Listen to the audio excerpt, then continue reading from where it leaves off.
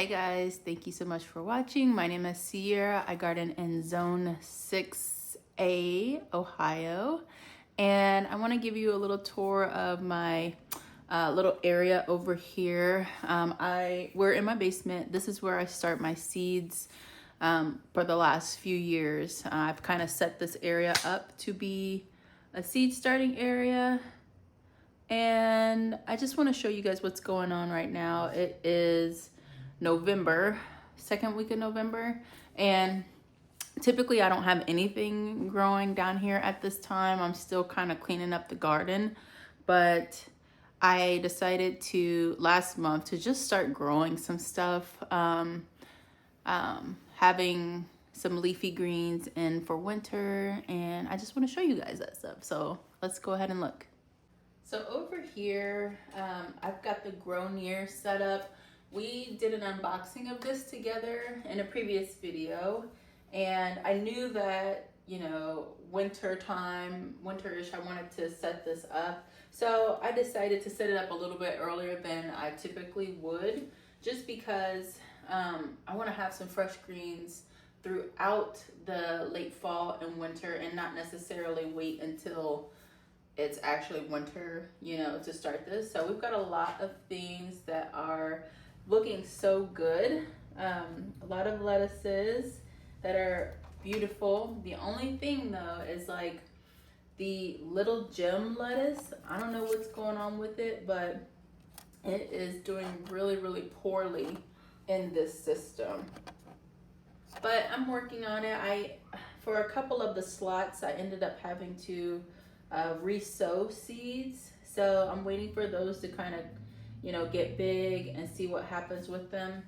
I did add in some miniature pepper seeds. So the pepper plant, it's like this plant here.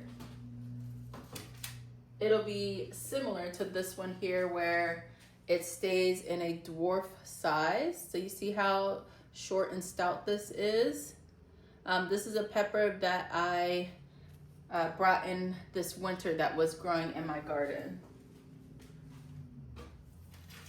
So on this shelf, I've got like a mix of things of houseplant propagations, houseplant, just kind of like stuff that I didn't want to make room for upstairs that I just brought down here. So like I've got some succulents, just a few like I've got this peperomia, a little cactus, the booby cactus, another cactus that looks like the booby cactus, and then, you know, I've got this philodendron here. I can't remember what it's called, but it's gorgeous. And you know, just random things down here. And I've got my carnivorous plants, my pepper, and then I started a bowl of lettuce that looks amazing. Look at that. I'm waiting for it to get a bit taller, and then I'll go ahead and give it a shear and have some lettuce. But this will be like a cut and come again lettuce. And all I did was take one of the mixed packs of lettuce seeds and then just sprinkle it all over this, water it. I've only watered this twice now, excuse me, since I started these seeds. And I started them probably about 2, maybe going on 3 weeks ago. So it's almost ready for harvest. I just wanted to get just a tad bit taller, and then we'll do a chop. I'll have a nice salad, and then it'll start growing again. Down here, we've got some house plants that I've propagated. This one is Monstera right here. Is this Monstera something? I can't remember. Anyway, Esculento, Monstera Esculento. So I propagated that plant several times, and I've got it in a couple different areas. And then I've got a couple other different propagations going. And so here we've got some variegated oregano that I propagated over the summer. And actually, yeah, it was end of summer, and brought it in. I've got a bunch of these. And then I've also got my geraniums that I propagated and brought in for winter, and they look amazing. I need to get them into a little bit more light, but when I had a lot of light on them, they were growing like way too much. Like I need them to be like dormant and go to sleep, not like be up and trying to grow huge. So I moved them like down on a lower shelf that has less light, and then I started cutting back on watering them just so that they can kind of slow down. So these two shelves are where I start my seeds, like 100%, well, I would say 99% of my seeds are started down here. I do start a few things upstairs, just like random things that need to kind of be babysat a little bit more, go upstairs, but everything gets started down here. I do use heat mats. I've got some here on the floor. I use heat mats for starting seeds. And the earliest I start seeds for stuff that goes outside, it tends to be January. I am going to be starting some seeds here soon. The what are they? I want to say I want to call them African violets. They're not African violets. It's a frost tolerant violets. They're violets. I'm going to be starting violets soon. And to get them ready to be able to go outside like February, March-ish, and I want them to be of a substantial size. So these two trays are in use. These two trays are equipped with grow lights. Sorry, my dogs are barking. I need to see what's going on. Okay, it wasn't an emergency. The dogs were barking for nothing as usual. Anyway, so on this side, I have mostly shop lights. These lights, each light sold separately was like between 12 to 15 bucks each. And I have 2 lights per shelf. And then over here, I have the Borina lights here. And I'm gonna be completely honest with you. I didn't see like a huge difference in growth I used these this year and last year, and I think last year was the first year. So this past spring, winter was the second year of using these. They work great, but also my shop lights work really well too, which is why I'm not in any sort of rush to replace these because they work just fine. So what I would do if you're in a similar situation, my process is this. Typically, I start my seeds in one space, and then as they get like tall, move them to another side. So starting seeds, start them over here, because these are better grow lights. You know, they are specific for growing plants. So what I would do is start them here and then move them over here once they get, you know, too tall. And then these lights are great for just like maintaining growth and things. So I've started seeds over here. It worked just fine.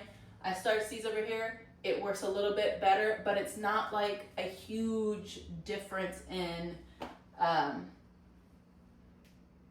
anything, in my opinion. Now, obviously, these ones are going to be a little bit better, but these ones work as well. So I guess that's basically what I'm trying to say is like, if you need to go a cheaper route with the shop lights, you're still going to be happy with your plants and your plant growth. All right, so let me see if everything got unplugged last year. Let's see if it will still work and turn on, and it'll kind of show you the brightness here.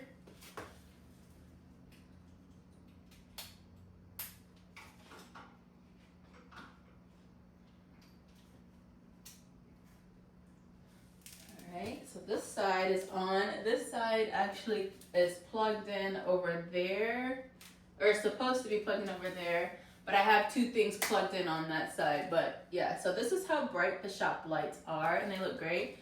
I'll go over here and get this one plugged up really quickly.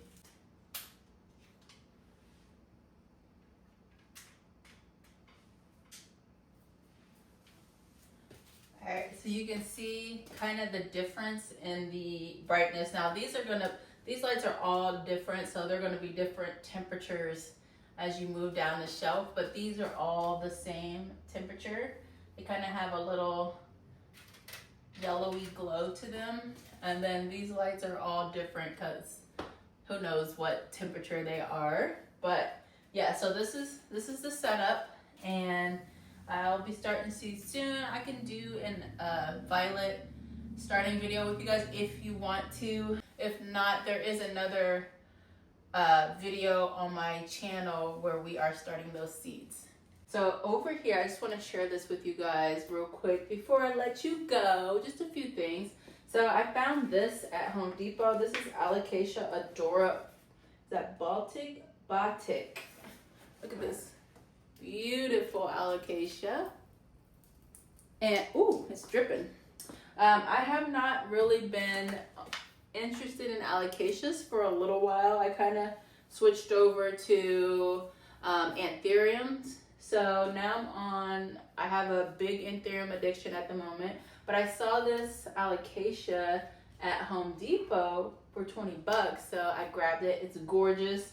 I've cleaned it, and once I get a nice pot, I'm gonna repot it and move it upstairs with the other plants. But it's so pretty. Look at that.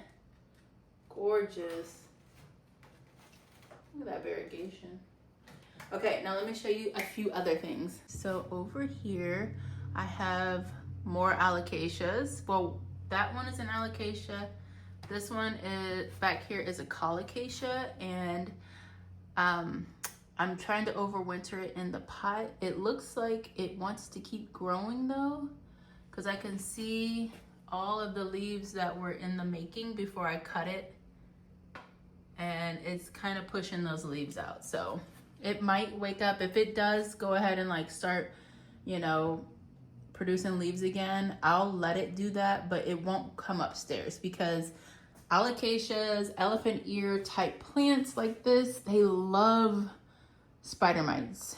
Spider mites love them. So I'm very like particular on what I allow around my other house plants, because you have to keep it fully monitored when you have those elephant ear plants. Even outside, if you guys follow my channel, you know I talk about the elephant ears I grow outside and spider mites and the issues that go along with that, because spider mites can infest your entire garden. You would think, oh, it's just gonna stay on this plant. No, those things blow in the wind currents, and they will blow to your entire garden and start feasting on your plants. Thank you guys so much for watching this video. I know it's a little bit all over the place, but let me know if you have any questions about anything you saw today, and I'll see you guys in the next one.